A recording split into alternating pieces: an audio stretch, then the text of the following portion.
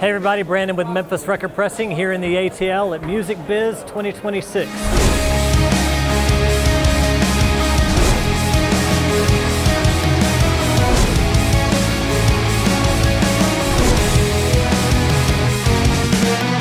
We're here this year to spread some love about vinyl and the physical format, and what's really a very digital conference, but this is where all the music industry folks from all over the world gather every year to talk about why music is so important, and we wanted to come put a pin in why it's so important that vinyl records stay the big thing.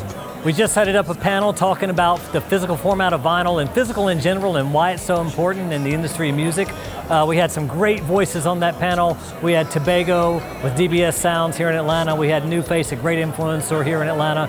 We had Jared Boyd from Memphis, spinning vinyl in Memphis. We had Project Pat, great artist, spinning music all over the world. And it was great to talk to these guys. And so much of what the common thread of this conversation was how the community of music and the community of vinyl is why it's so important. That people are coming together in community because they want that tangible expression of the artist. They want something that's tactile that they can feel. So community was such a big part of the conversation today. Hey everybody, my name is Brandon. I'm with Memphis Record Pressing. Thanks so much for coming today.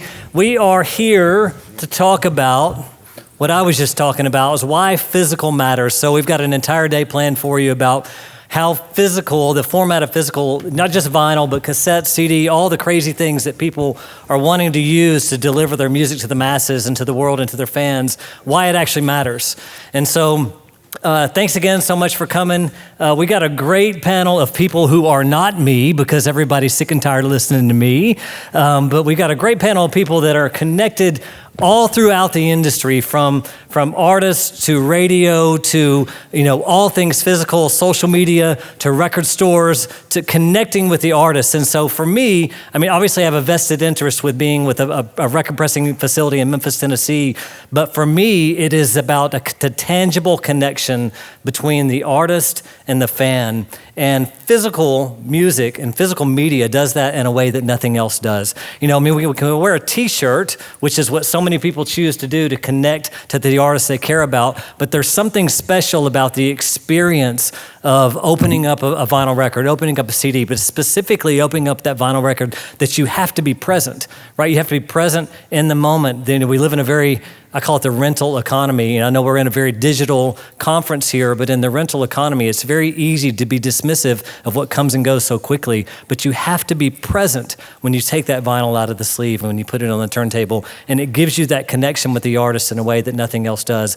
So I want to give these guys an opportunity to speak on that today. We might save about 5 minutes at the end that we can ask questions and talk about that.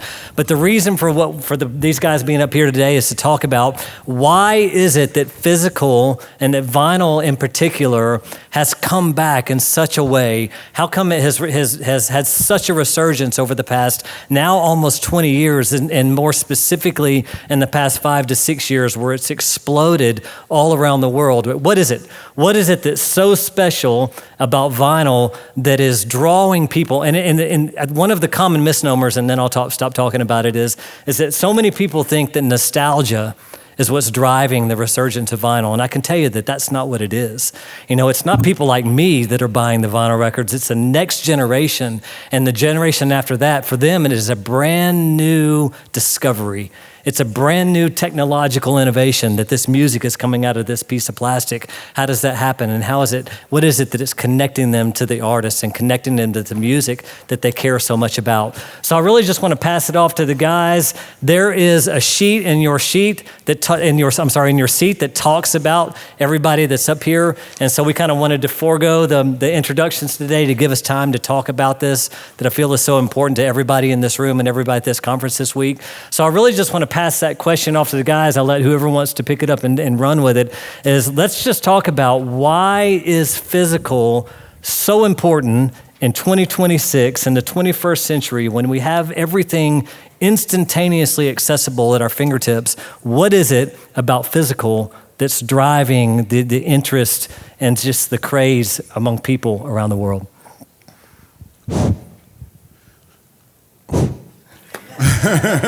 Make sure y'all hear me good. I believe it's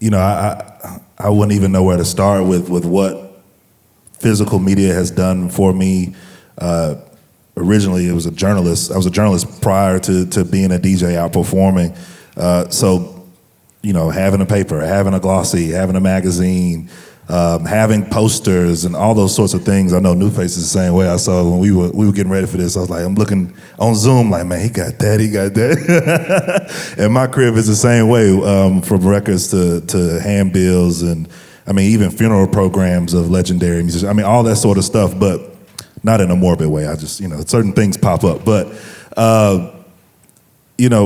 I play 45 sets. You know what I mean? I will show up to a club with 3 boxes of 45s. I already know there's going to be a good fast song on one side and a good slow song on the other side. I could rock all night with 145s, a whole set. So being able to share music, and people seem so transfixed when they see someone playing on 2 turntables, let alone 1. I'm excited. Even now, I would love to stay here at this conference all week, but I have to go back to Memphis to have a listening session for a record that came out in 1997. To be able to share, I have the vinyl copy. We're going to crowd around. I know the artist. We're going to talk about it. Those sorts of experiences don't feel the same. It wouldn't be the same if we stuck with an iPod, which was what was popular when I was a teenager. So I'm excited that artists are being able to open up budgets to make sure that their music lasts in a physical manifestation, whether it be cassette, CD, or vinyl, that they can have those liner notes. I write liner notes as well. That they can have that artwork nice and beautiful to display. So, we were talking about, so New Face mentioned this cassette, got on the bus with 3 other people, had to go get this cassette. Why was it so important for you, Pat, that cassette was available to the people? The cassette, what was so important about that? Back in them days, you had to have it because that's what they had. They were switching over to CDs. But the stuff is memorabilia. You know what I'm saying? It's memorabilia. That's what it's mainly about. Like with somebody from the past, the people that's younger, what they look at it like is like, oh my God, a record? Like they don't even know nothing about it. That's something brand new to somebody young. Mm-hmm. That's something brand new to them. Like I take a lot of the records and we sell them as merch on my website, and the people at the shows when I have it, when I tell you they lose it, because when you pull it out, they be, I got a lot of younger fans, they be looking at it like, what is that? And then they say, whatever it is, I want it. You know what I'm saying? And they don't know nothing about no record. They don't know nothing about no record player. But some of them will be like, oh, like what he said, I saw it on a movie one time. And like nostalgic stuff, period, is come back. You see the stuff online where you see the games, where they playing all the old games. Yeah, I'm gonna tell you something. People love records so much. I was just in a hotel in the Renaissance out here by the airport. I looked in my room and they had a Beatles album where one of the, Paul McCartney, I think he's got his bare feet walking. Anybody know what I'm talking about? I saw it was in my room, like wrapped up. I started to take it. So I was like, is this for me? And I started calling people with me. I said, do your room have an album in it? And then I got a partner here, I ain't gonna point him out. He told me he was in the same hotel and he said he took it. So I started to take it, but I don't steal no more. So I Googled, I said, listen, I wanted it, this is how bad I wanted it. This happened this morning. I said, I'm going to Google, do they have this in their hotels? And if they say no, this coming with me. But they said that they used that for decor, you know what I'm saying, in the Renaissance. I didn't know that. I'm talking about a physical album with the plastic on it, and the album was in there. But and I'm not, I'm gonna be honest with you, I'm not even a Beatles fan like that, but I am, you know what I'm saying? So it just, man, the physical side of it, it's like a memorabilia. It's like, I was explaining to somebody earlier, it's like everybody knows Elvis. If Elvis had a certain pair of shoes that he wore and only one person could buy those shoes and one person had those shoes, you're still gonna want something from it. So if you can't get the shoes, if the album's standing right there, a copy of the album standing right there, you're gonna want that album. So like, the physical part of the album, like I'm gonna be honest with you, I didn't really know anything about it. My manager that's not here, Gloria, she got sick. She was the one who told me, said, people will love this. And when I seen it with my own eyes, and when I tell you, it makes a lot of money, I couldn't believe it. I was just like, wow. And people like actually it's not about having a record player really or nothing like that. Because you can take an album and do the same thing that the Renaissance doing. You can hang it in I got Tupac's, stuff hanging in my upstairs, you know what I'm saying? So when people come in the little man cave room, they be like, oh, okay, I see you like Tupac. I do, you know what I'm saying? And I say this right quick, it's just like this. I'm a Marvel Comics Daredevil fan. When I seen that the comic books went digital, I was loving it because I could go all the way back. But I like Daredevil so much that I want the physicals. You see what I'm saying? Mm-hmm. So I actually buy the books, because I'm just a fan of the character. So it's the same thing with an artist. It's the same thing with anything. I mean, who in here used to eat Now and Laters and Hubba Bubba, and you see a shirt at Walmart, you be like, Now and Later, let me get that. Yeah, because, and then when you see it, what happens is your little cousin or your children see it, and they say, what that is? Oh, I like that. And then they want to get one too. I love that. We talk, we got a pretty big pressing plant in Memphis when we're making a lot of vinyl, and people don't understand it. People come through and they're like, people still make those things? I'm like, well, yeah, they do. And they're like, how many do you make? I mean, I really do believe that when people come to Memphis, that they fully expect to drive up in my driveway and I roll up my garage door and I got a waffle iron in there and that's what I'm doing. I'm pressing vinyl for them. I believe that because that's what they think it is. But then when I tell them, no, we're going to ship 15 million records this year and we're just one of a piece of the puzzle all over the world, they're like, why? I'm like, there's two reasons why. And we just talked about it. We just talked about the collectability, the memorabilia part of it, the collectability, that look, you can walk in somebody's house and you can tell a lot about them by the bookshelves, the books on their bookshelf, right? You can tell a lot about somebody by the music on their bookshelf, about the music that's hanging on the wall. So that collectability side of it, and then the experience, we talked about that too. The community of what vinyl does and how it brings people together. Record store day, when you go into record store day, Dan can tell you about that, Tobago can tell you about that. You go into record store day and it isn't one type of person walking around the room.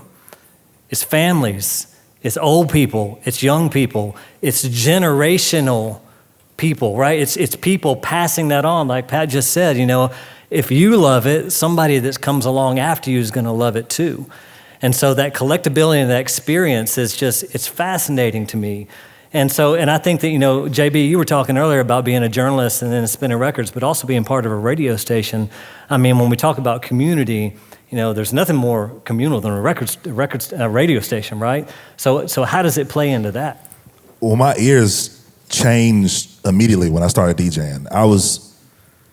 It's particularly, working in an environment in Memphis, if you've never been or you haven't been in the last several years, right before the pandemic, Hilton opened a hotel downtown in what was previously just an Amtrak train station. And to do something cool to honor Memphis rather than just, open a hotel and put a piano bar in the middle, they thought, well, we've got a logistics hub, that's why we have a train station here. Well, what else is important to the way that Memphis moves its ideas across the world, and that's music.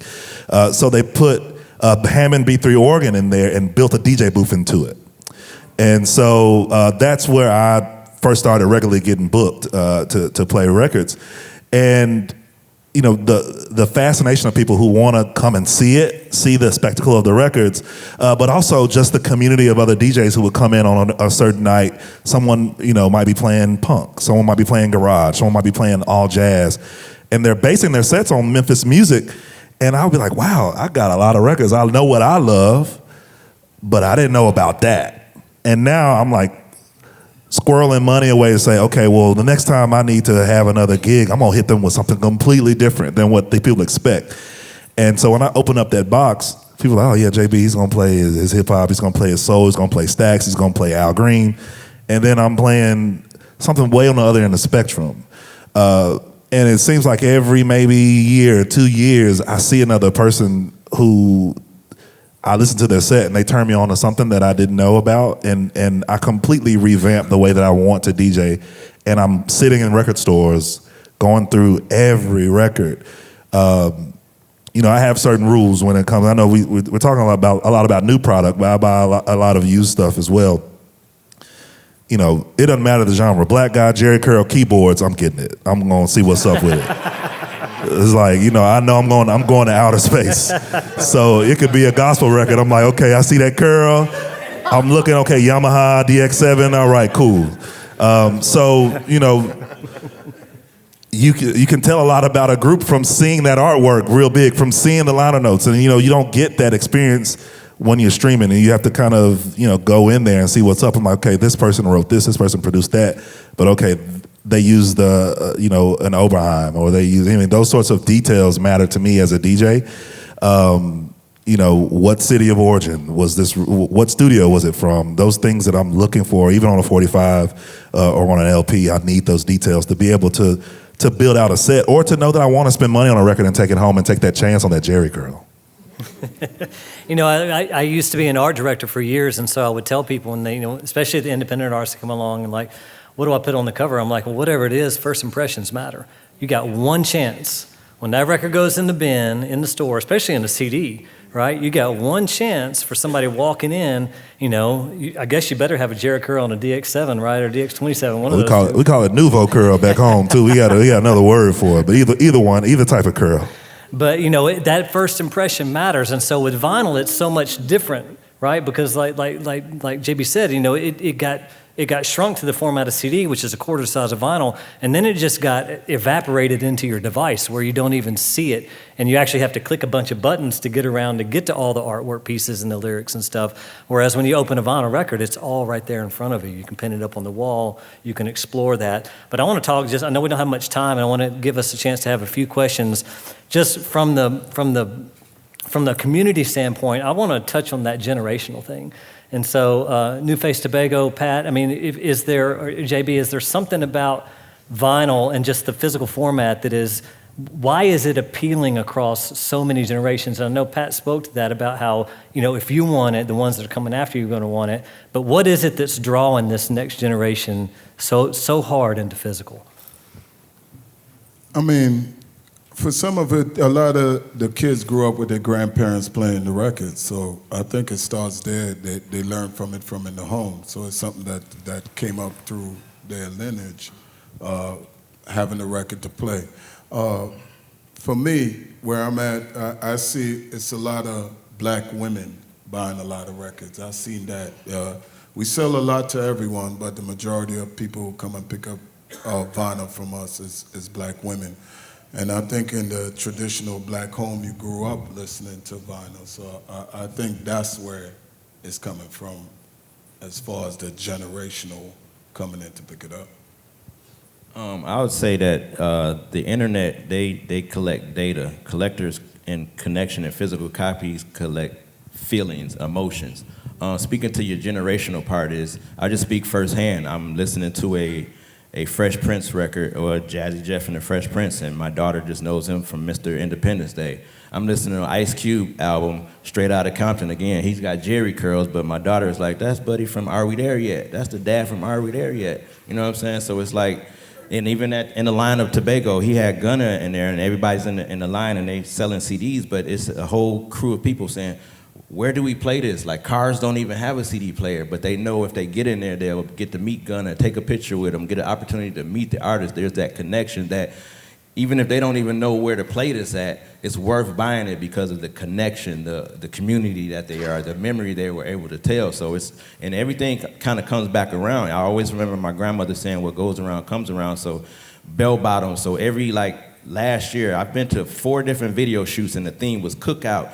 clothing from 2000s and baby fats and FUBU and everything, and everybody's going to shopping for it, and I'm just going in my closet and putting the outfit on, and I'm dressed to kill, you know, and I'm ready, and they like, where you get that from? I never threw it away, you know, and being able to be commissioned to be on a Rock the Bells cruise, Rap City, I designed the set and be able to call, and even to be able to, you know, negotiate my price, because where else you gonna get this? Like, you mean, I got a Nipsey Hussle signed cassette tape. Like, nobody in the world, you may have the cassette tape, but nobody in the world has a Nipsey Hussle signed cassette tape. You may have a Project Pat tape, but is yours signed like by him, and the choice is VHS, like when I bought it from. You know, that's the type of thing that physical copy does, but generational wise is that community when my daughter, and I'm telling them, so now I'm going back to the old Ice Cube albums. I'm going to the end of, she's older now, I'm not listening to Fuck the Police to a teenager, but I'm saying she's older now, so I'm able to give her that history lesson of like, how did he get to this Fresh Prince part from music? How did he get to that part? So that's where I say the generational comes through the teaching and the education. He making a good point, cause like, I grew up like on Fresh Prince and all that. And like people right now don't, like younger people, they see Will Smith on TV, they just think he's an actor. They don't know nothing about, like they may say he started as, Google him, but they don't know though. And it kind of like gives you a backstory and that educates you more, and it makes you even like the artist more, or the person that you like, like you was talking about Ice Cube on the Are We There Yet? It makes you like the actor more, because you like, it's just like, I'm a Mark Wahlberg fan. He used to be, but Backstreet Boys, wasn't it? Funky Bunch. Funky, one of them, Marky Mark, that's right.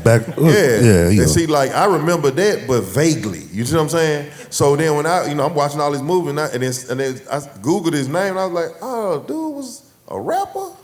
For real? You know what I'm saying? See, it make you just like the person more, because like, oh, he's really been on it. You know what I'm saying? It's just like, I say this, it's just like about Drake. I didn't know, I think when Drake was on something, I didn't, whatever it was, Degrassi. but I didn't watch it. So I didn't know nothing about that. And I was just like, man, Drake is a hard artist. But then I was like, oh, he was in TV first and became that's different. Because usually it's an artist first, then TV. So, it's just like stuff like that, man. It just, I don't know, man. The physical side of records and stuff like that, like I say, it's not even just about listening to it.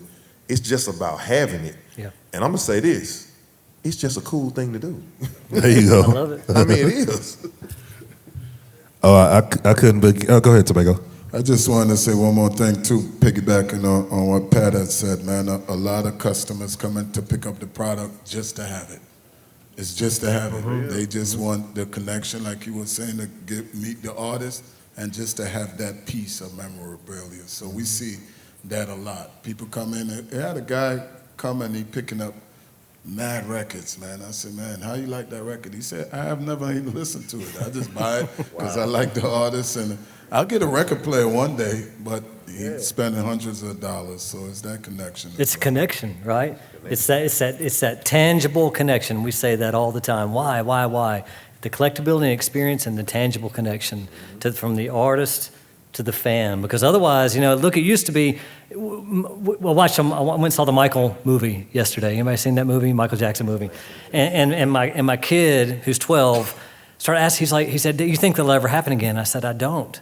I said, because, and I pulled out my phone. I said, this didn't exist then. I said, and there was such a divide between me and the world and him.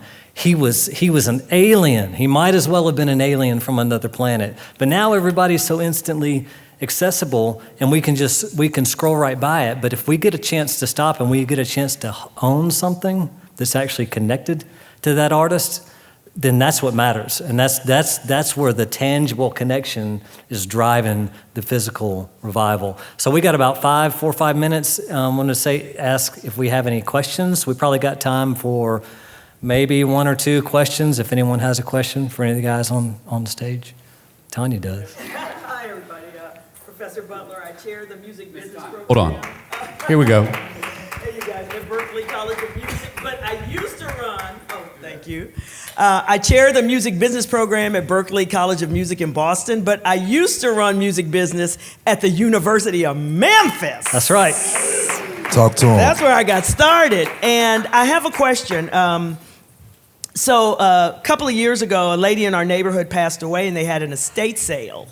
And she had 2 huge, boxes full of vinyl that nobody wanted. They were going to give them away. So I took them and had to pay hundreds of dollars to ship them from LA to Boston.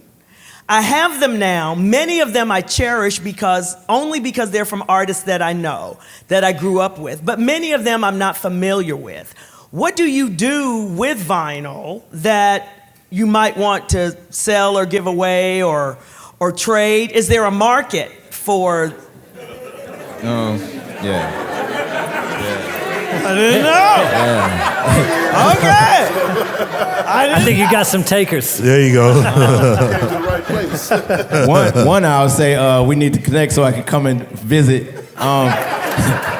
But secondly, most recently, this from the connection part, let's go.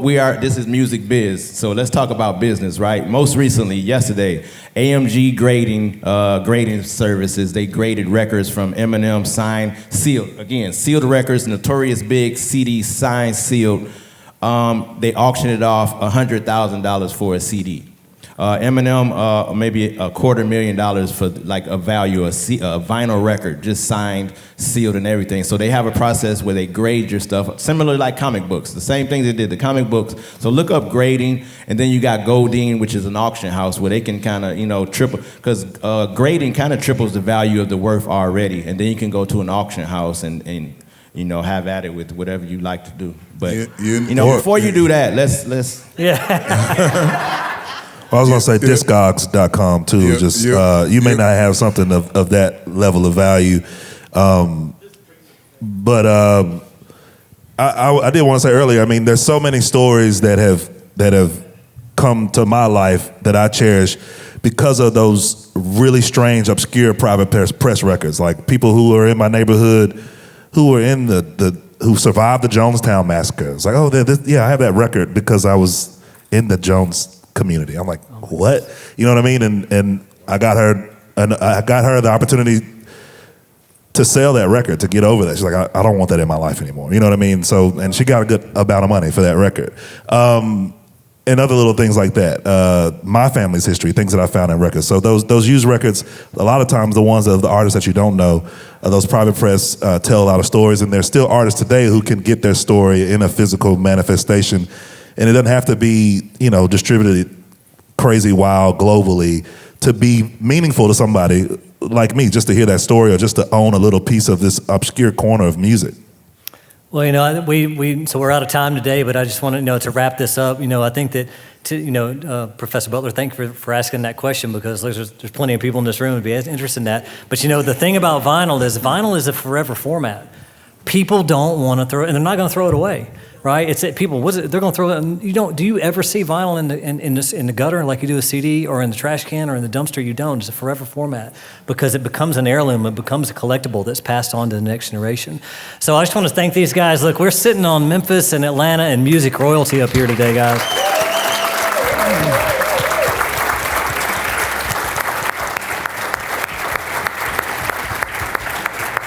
So I just want to thank Pat and JB and New Face and Tobago for joining us.